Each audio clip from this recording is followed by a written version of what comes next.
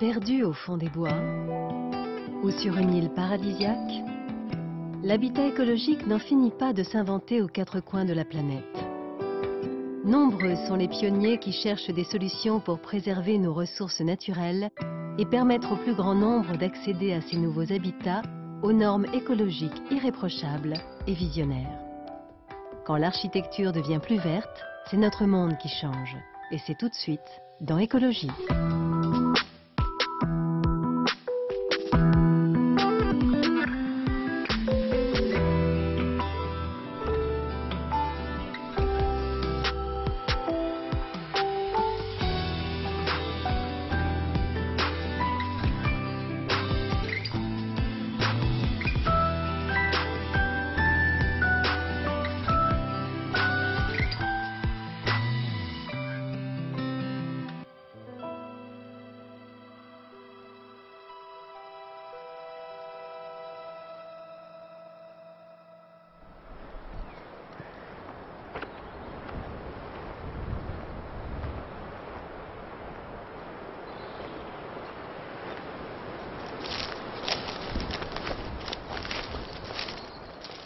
Quitter la vie urbaine pour s'installer à la campagne, là où la nature reprend ses droits, loin des autres, presque isolée, c'est le rêve de nombreuses personnes, mais peu décident réellement de franchir le cap.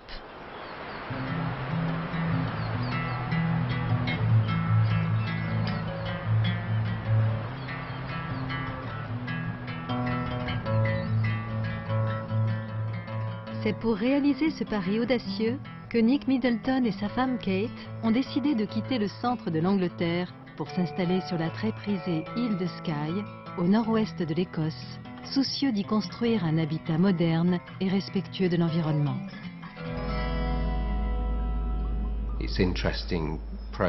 C'est un processus intéressant de créer une chose à partir de rien.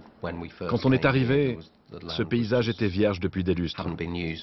On s'est retrouvé avec la responsabilité d'y construire une maison. Totalement séduits par cette nature brute et verdoyante, ils construisent un cottage sur leur terrain rocheux de la baie de Fiscaveg. Ce qui n'était au départ qu'une maison de vacances se transforme finalement en résidence principale pour toute la famille. Puis, en rachetant le terrain voisin à un ancien fermier du village, ils engagent la construction d'une deuxième maison plus grande, mais tout aussi écologique. Pour financer leur projet, ils mettent alors leur première résidence en location saisonnière, aujourd'hui classée parmi les plus beaux lieux de vacances de Grande-Bretagne. Dès lors, comment respecter des terres ancestrales sans les dénaturer?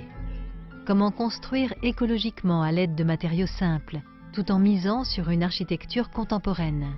C'est en se confrontant à ces problématiques que les propriétaires ont fait appel à l'architecte Alan Dixon, enfant du pays, reconnu pour ses réalisations éco-responsables. On voulait que notre habitat soit confortable, mais qu'il consomme très peu d'énergie. Alors, on a eu l'idée simple et écologique de bâtir une maison qui soit très économique. On tenait à ce que cette maison réponde aux besoins urgents de la planète. Tout le monde peut faire quelque chose à son niveau. Quand on voit le nombre de constructions irréfléchies qui fleurissent dans le pays, c'est terrifiant. Au début, on avait pensé à une résidence secondaire pour les vacances, avec l'idée d'y vivre une fois que les enfants auraient quitté le foyer. Mais finalement, on s'y est installé avant. Je pense qu'on était limité par nos économies. On est tombé sur un article du Sunday Times. Ça parlait d'une maison fabriquée en bois qui ne coûtait pas cher à réaliser. On avait déjà construit un atelier en bois dans le jardin de notre précédente maison. C'était un bel atelier à l'ambiance chaleureuse, sans humidité et qui était facile à chauffer. Alors on s'est dit que le bois serait une façon intéressante et bon marché de construire en Écosse. Mais on ne savait pas si c'était viable. Le hasard a voulu qu'on tombe sur Alan Dixon, du cabinet Rural Design. Je n'avais jamais entendu parler de lui, alors je suis allé le voir. Alan a d'autant plus craqué pour notre projet que Kate et moi voulions une maison très contemporaine. Et je pense qu'avec nous, il a saisi l'occasion d'illustrer ses talents d'une manière insolite. Il s'est dit, voilà deux cobayes. Ouais. Je vais tester mon audace. C'est seulement quand il a fini qu'on a compris. Mais c'est vrai qu'on l'a souvent entendu dire, je vais essayer quelque chose.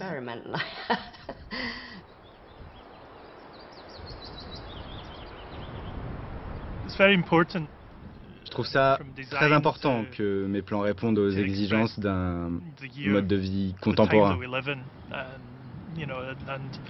Quand on est arrivé ici, la plupart des constructions essayaient d'imiter les vieilles demeures de la région.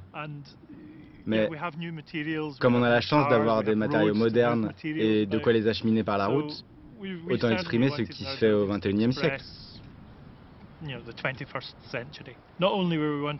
Non seulement nos constructions doivent être modernes, mais il faut qu'elles soient durables. Ce paysage est magnifique, mais il est aussi rude. C'est une nature authentique, brute, avec des endroits qui peuvent être laids et inhospitaliers dans un sens. Et j'aime bien l'idée que nos constructions s'y intègrent complètement. Dans un lieu aussi exposé aux variations climatiques, ça peut coûter une fortune de se chauffer. On voulait que nos clients aient le plus de confort possible, mais en consommant le moins d'énergie possible. Ainsi, on participe à la fois à la durabilité de la planète et à la pérennité économique de la maison et de ses propriétaires.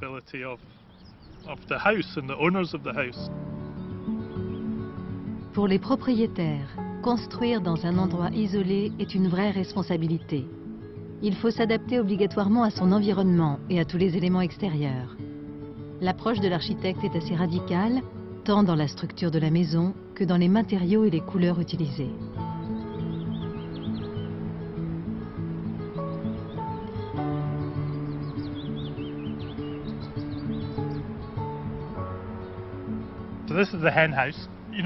Celle-ci, c'est la maison de vacances, avec une forme très rudimentaire.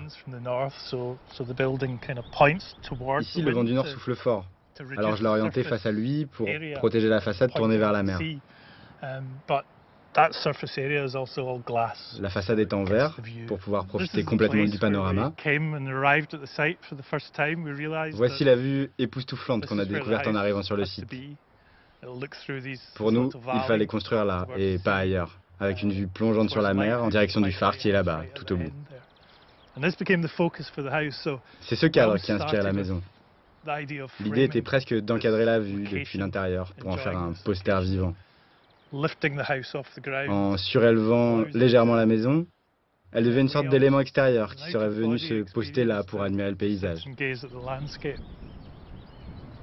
Le jaune que j'ai utilisé est le même que celui des fleurs qui poussent ici. On voit partout de ces belles fleurs jaunes et oranges.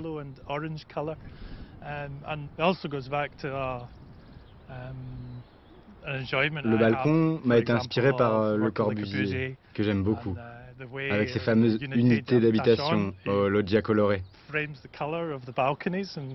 C'était ma façon de rendre hommage à son travail. La hen house, littéralement baptisée le poulailler pour la ressemblance qu'elle cultive avec l'habitat des gallinacés, devient alors un charmant cottage que Nick et Kate mettent en location toute l'année pour vacanciers amoureux de la nature. C'est justement ce qui a séduit Les et Sue, deux touristes gallois également convaincus par l'engagement écologique de la maison.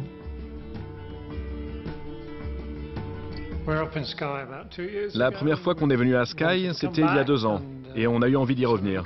Alors on s'est mis en quête d'une petite maison, dans un journal écossais qui répertoriait les 10 meilleures constructions de l'île. Et celle-ci en faisait partie. La plupart étaient modernes et nous plaisaient bien. Alors on a regardé sur le site internet, et celle-ci était recommandée comme l'une des meilleures de Skye. Et comme je suis fan des maisons modernes, j'ai craqué. La première fois que je l'ai vue, j'ai trouvé qu'elle ressemblait à une énorme remise de jardin. Mais d'après les photos que j'avais vues, je savais que l'intérieur était très moderne. À peine on a passé la porte, ça a été « qu'est-ce que c'est beau !» Le temps est souvent exécrable ici, mais à l'intérieur, on est comme dans un nid douillet. Et puis c'est une maison écologique, et ça c'est formidable. Quand je vois les choses désastreuses qui arrivent à notre environnement, je suis heureuse que ces petites maisons aient du succès. J'espère qu'elles attireront sur l'île de nouveaux habitants qui seront soucieux de préserver la nature. Juchée sur ses pilotis, cette petite construction de 70 mètres carrés limite ainsi son impact sur l'environnement. Pour lui permettre de fonctionner de manière économe et assurer ses performances énergétiques, le cabinet d'Alan Dixon a misé sur une isolation renforcée et un poêle à bois. En parallèle, il a soigneusement pensé l'orientation et l'ouverture de la maison pour jouer au maximum des apports du soleil. Des petites pièces avec des petites fenêtres et des grandes pièces avec des grandes fenêtres. Une bonne partie de la chaleur entre par cette baie orientée au sud. Pendant la journée, ça permet de chauffer l'intérieur sans recourir à l'électricité ni à d'autres modes de chauffage. On a tiré parti du soleil au maximum. Pour moi, l'efficacité énergétique va forcément de pair avec une architecture durable. Aujourd'hui, toutes les constructions devraient réfléchir à leur orientation par rapport à la course du soleil et à la vue qu'elles offrent. Ce sont deux choses essentielles, peu importe leur constructeur. La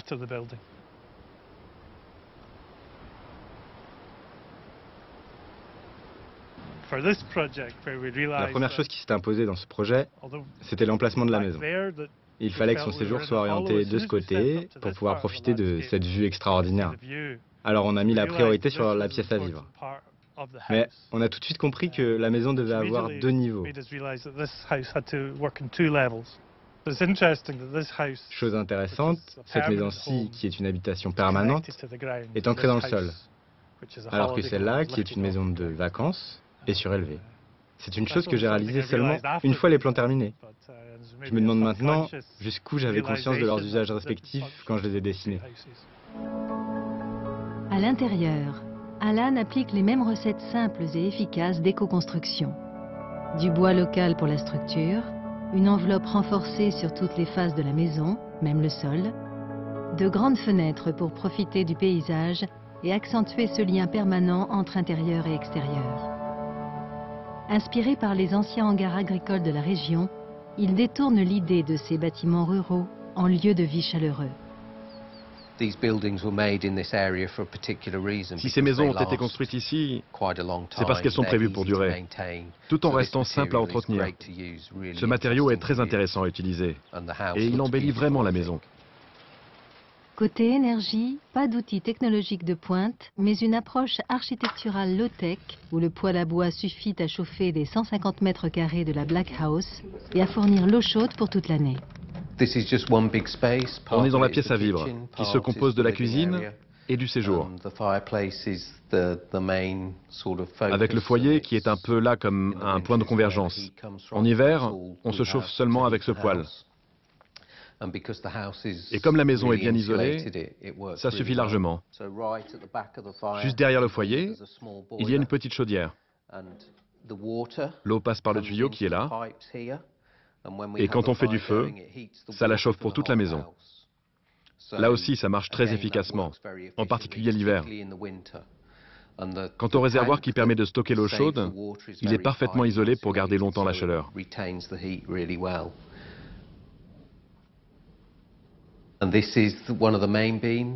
Ça, c'est une des poutres porteuses de la maison. Une poutre en bois qui a été usinée, c'est-à-dire qu'elle se compose d'une multitude de pièces de bois collées les unes aux autres. Ça fait à peu près 7 mètres de long. Cette partie du toit s'appuie essentiellement sur elle. Comme vous le voyez, l'assemblage est très simple. Tout est en bois et il n'y a pas une seule poutrelle en acier.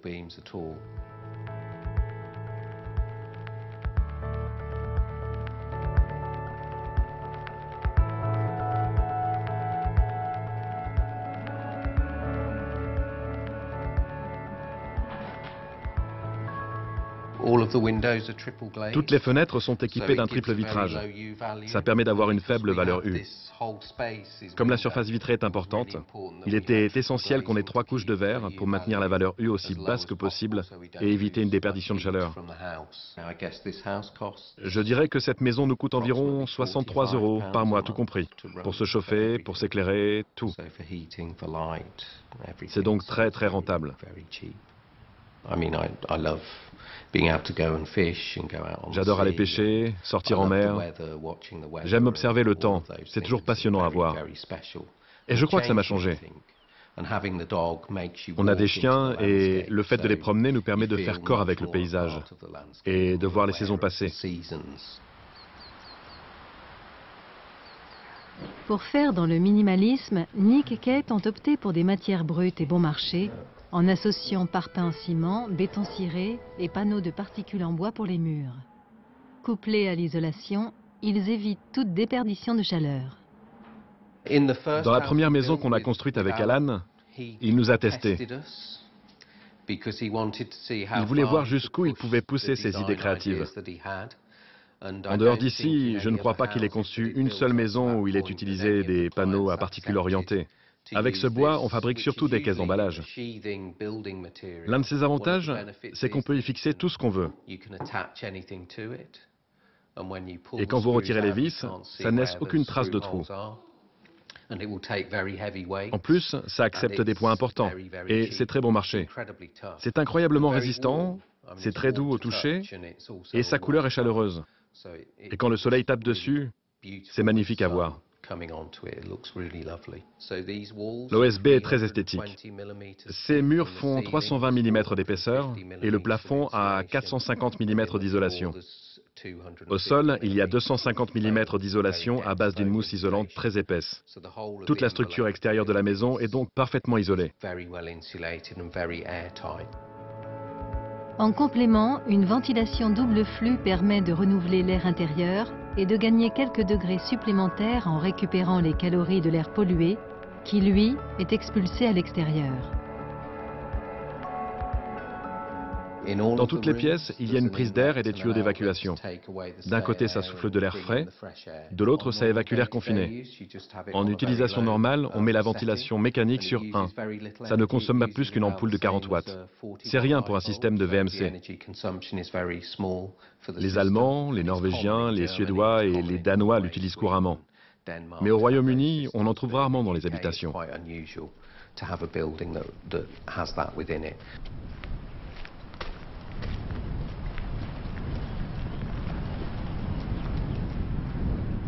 Pour rendre leur maison encore plus écologique, les Middleton ont installé des toilettes sèches, système incomparable pour économiser le maximum d'eau possible. Je ne me souviens plus pourquoi on a décidé d'utiliser des toilettes sèches à compost. Je pense que c'était en partie par souci d'écologie et en partie par esprit de contradiction. Je crois que la plupart des toilettes fonctionnent avec une chasse d'eau de 5 à 7 litres.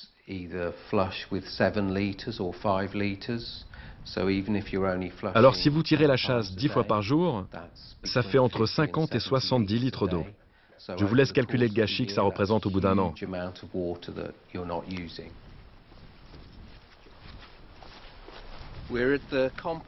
Là, on est devant le composteur. C'est ici qu'on met tous les déchets alimentaires et les déchets solides. On les mélange à de la paille et à nos épluchures de légumes. Ensuite, on les recouvre et on n'y touche plus pendant 18 mois. Et ça nous donne un fertilisant qui est sain pour les cultures, puisque tous les agents pathogènes que contenaient ces déchets sont morts.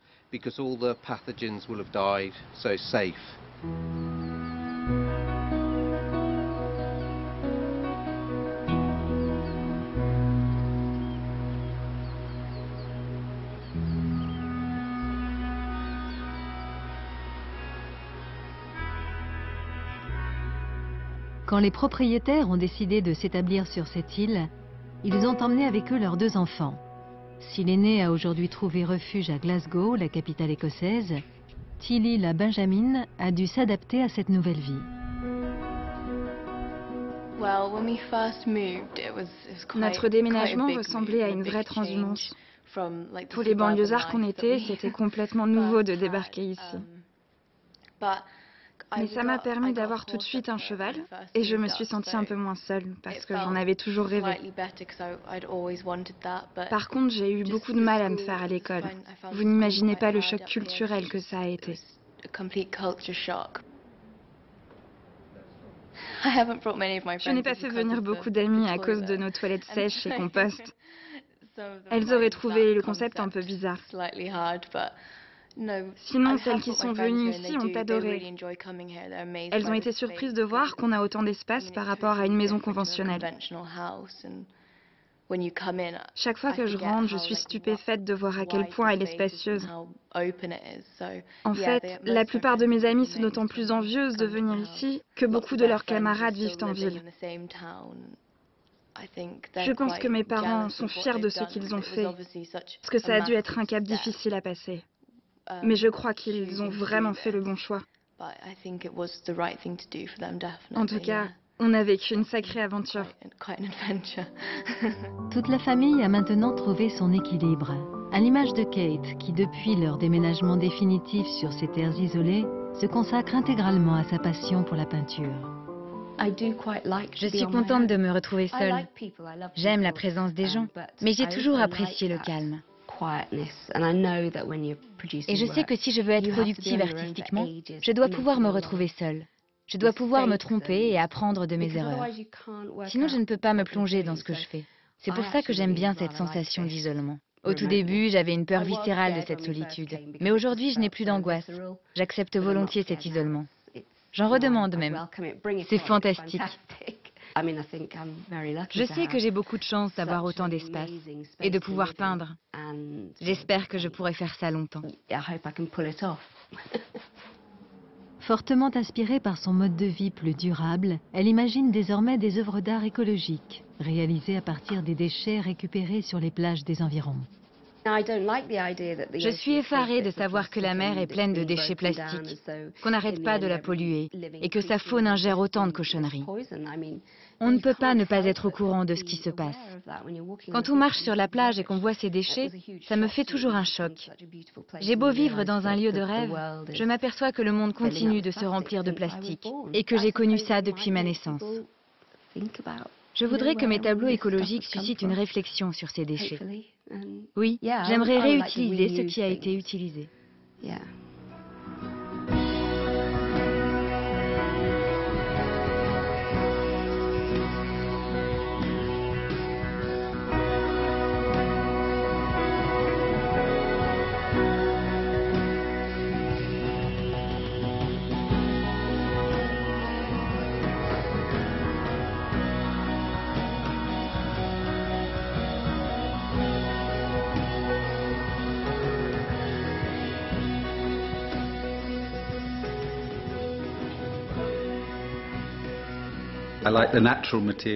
J'aime les matériaux naturels quand ils sont utilisés comme ça, à l'état brut, sans artifice.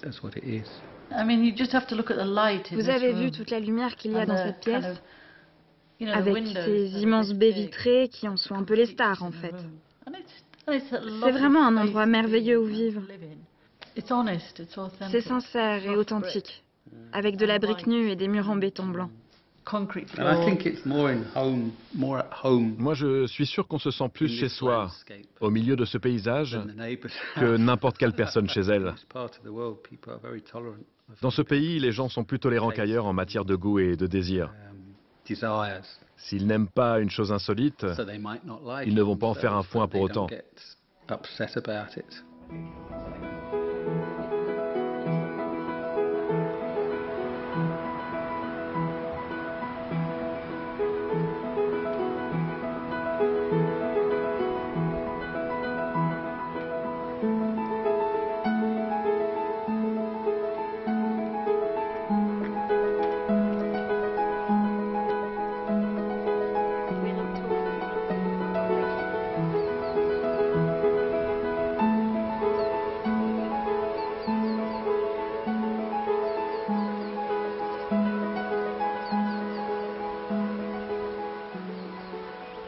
The landscape on Skye has been Le paysage de l'île de Skye n'a pas bougé depuis l'âge de glace. Mais ça, c'était il y a 14 000 ans. Et comme on est sur Terre pour seulement très peu de temps, je ne crois pas qu'il faille être trop dur avec le paysage. Autant profiter pleinement de sa beauté en le préservant. Il faut faire preuve de retenue. C'est parfois difficile quand on est plein d'ambitions et de projets. Mais il faut se restreindre et rester humble face à la nature.